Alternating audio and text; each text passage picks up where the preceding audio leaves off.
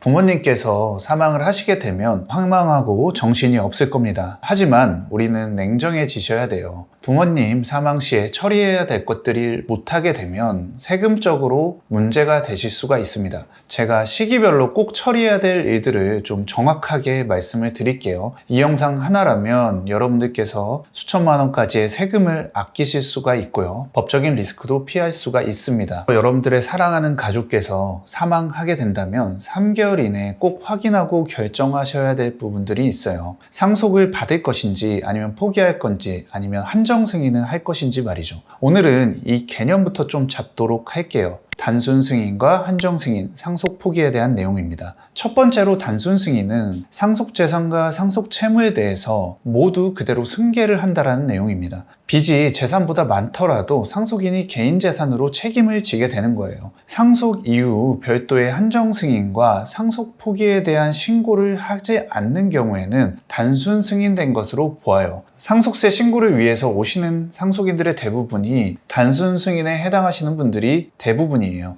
두 번째로는 한정 승인이라는 게 있는데 상속으로 인한 받은 재산의 한도 내에서만 채무를 변제하겠다라는 의미예요. 즉 내가 받은 재산보다 빚이 많더라도 상속 재산 자체는 보호받을 수가 있고 한정 승인을 받기 위해서는 원칙적으로 가정법원에 상속 개시일로부터 3개월 이내에 신고를 하셔야 합니다. 예를 한번 들어볼게요. 어머니가 돌아가셨어요. 아파트 한 채를 갖고 계셨습니다. 시세가 5억 정도였고요. 어머니께서 채무가 정확히 어느 정도 갖고 계신지는 모르는 상태였어요. 4억 원일 수도 있고요. 아니면 재산보다 큰 6억 원일 수도 있습니다. 이럴 때 어떻게 하시겠어요? 만약 대출이 4억 원이라면 상속 재산을 상속받는 게 더 이득이겠죠. 왜냐하면 집을 팔고 4억 원을 갚으면 1억 원이 남으니까요.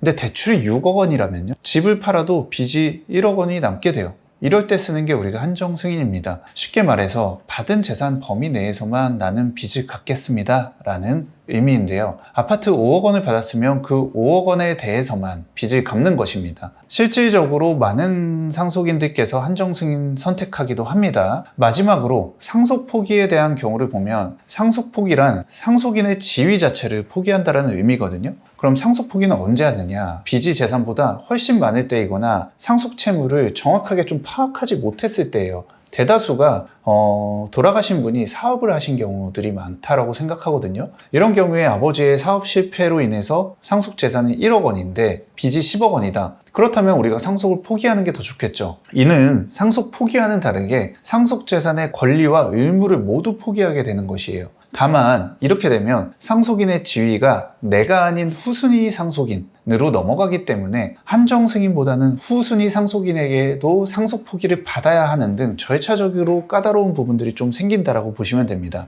들어보면은 약간 비슷하다고 느껴지지 않으시나요? 한정 승인과 상속 포기에 대한 부분은 법률 전문가인 법무사님 또는 변호사님과의 상담을 통해서 상황에 맞게 좀 선택을 해주셔야 됩니다. 여기서 우리가 가장 중요한 게 이 결정을 그러면 언제까지 해야 되느냐. 상속 개시일로부터 3개월 이내에는 꼭 하셔야 된다는 거죠. 물론 상속이 이루어지면은 정신이 없고 너무나 슬프지만 꼭 이런 것들은 정신을 차리시고 꼭 파악을 하신 다음에 법무사님 또는 변호사님께 상담을 꼭 받아주시는 게 가장 좋습니다. 따라서 우리는 부모님이 돌아가시게 되면 최대한 빨리 재산과 채무를 파악하셔야 됩니다. 은행 계좌는 어디에 은행이 있는지, 대출은 얼마나 있으신지, 보증은 쓰셨는지, 신용카드에 대한 미납 빚은 있는지 전부 확인을 하세요. 기본적인 재산 파악은 우리가 사망신고와 함께 원스톱 서비스를 통해서 알 수가 있으니까 이런 것들은 꼭 먼저 준비를 해주시고요. 다음 고인의 휴대폰은 가급적 바로 해지하지는 말아주세요.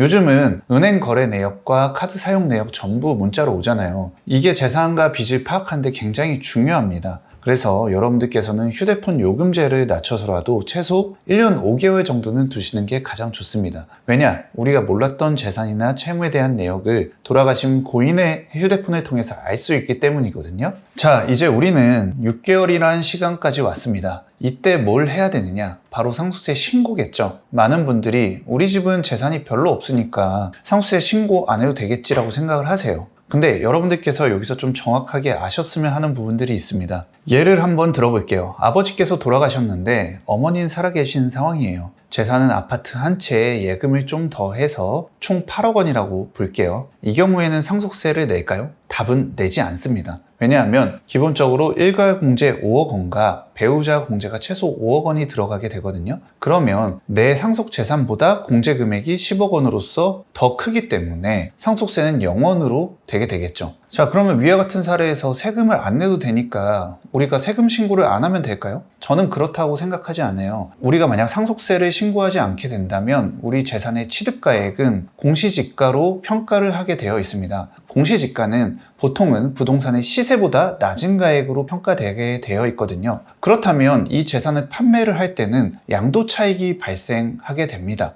그럼 양도차익이 발생한 금액에 대해서 양도소득세를 내게 되거든요. 반대로 세무사를 통해서 해당 재산에 대해서 감정 등을 통해 시세를 반영한 가액으로 신고를 하게 된다면 추후 양도를 하시게 되더라도 양도차익이 없게 되거나 적게 발생을 해서 양도세 부담을 좀 적게 낼 수 있다는 거죠. 그러면 신고 기한은 언제까지냐? 여기서 우리가 실수하시는 분들이 있는데 사망일로부터 6개월이 아닌 정확히는 사망일이 속한 달의 말일로부터 6개월까지는 해주셔야 됩니다. 예를 들어서 1월 2일에 돌아가셨다면 7월 2일까지가 아니라 7월 31일까지는 우리가 상속세 신고를 마무리해 주셔야 된다는 거죠. 이게 하루라도 늦으면 가산세가 발생할 수 있기 때문에 꼭 놓치지 않아 주셨으면 좋겠습니다. 자, 대부분의 중요한 절차는 다 말씀드렸는데요. 여러분들이 실무적으로 좀 놓치기 쉬운 것들을 추가적으로 좀 말씀을 드릴게요. 첫 번째는 자동차 보험인데요. 이게 정말 중요한데 모르시는 분들이 많아요. 아버지가 돌아가시게 되면 아버지 명의로 되어 있던 차량에 대한 보험은